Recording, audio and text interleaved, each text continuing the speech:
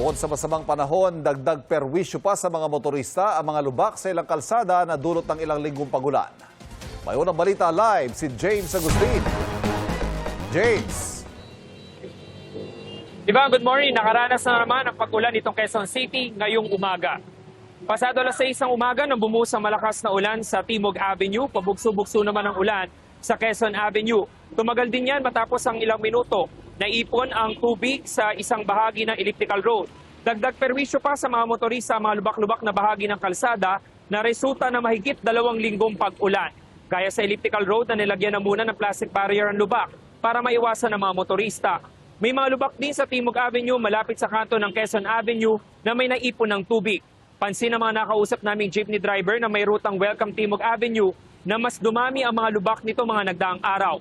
Iniiwasan din ito ng mga motorcycle rider at mga nagbibisikleta.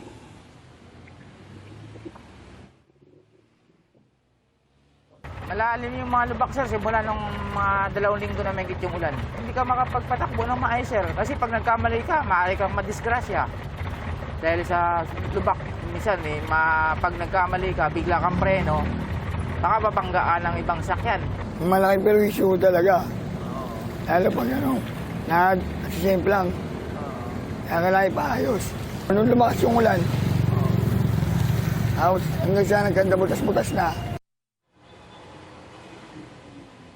Samantala, Ivan, ngayong umaga ay nakakaranas na lamang ng pag-abon dito sa bahagi ng elliptical road pero misa po ipabugso-bugso yan na malakas yung pag-ulan. Silipin naman po natin yung lagay ng trapiko dito. Marami-rami na yung mga sasakyan na bumabiyahe ngayong rush hour pero hindi pa naman po yung traffic dito sa bahagi ng elliptical road sa Quezon City. Yung mga ilitas mula po rito sa Quezon City, James Agustin para sa GMA News.